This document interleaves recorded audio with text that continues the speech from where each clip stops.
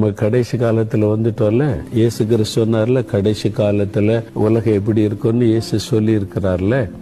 அது மாதிரிதான் மத்தேயு 24 அதிகாரத்துல வாசிக்கிறோம்ல, கடைசி காலத்துல பூமி எதிர்ச்சி, கொள்ளை நோய், பஞ்சம், யுத்தங்களின் செய்திகள் இதெல்லாம் நீங்க கேள்விப்படுவீங்க. இயற்கையில உண்டாகிற மாற்றங்கள், பல பாதிப்புகள் இதெல்லாம் வரும். அதுக்கு மத்தியில நீங்க பயப்பட தேவையில்லை. நான் கூட இருக்கிறேன்னு சொல்லியிருக்காங்கல்ல, இயேசு நம்ம கூட இருக்கிறாங்கல்ல. அதை விட ஒரு பெரிய பாக்கியம் என்ன இருக்குது? அவர் எப்படிப்பட்டவரா இருக்கிறாரு?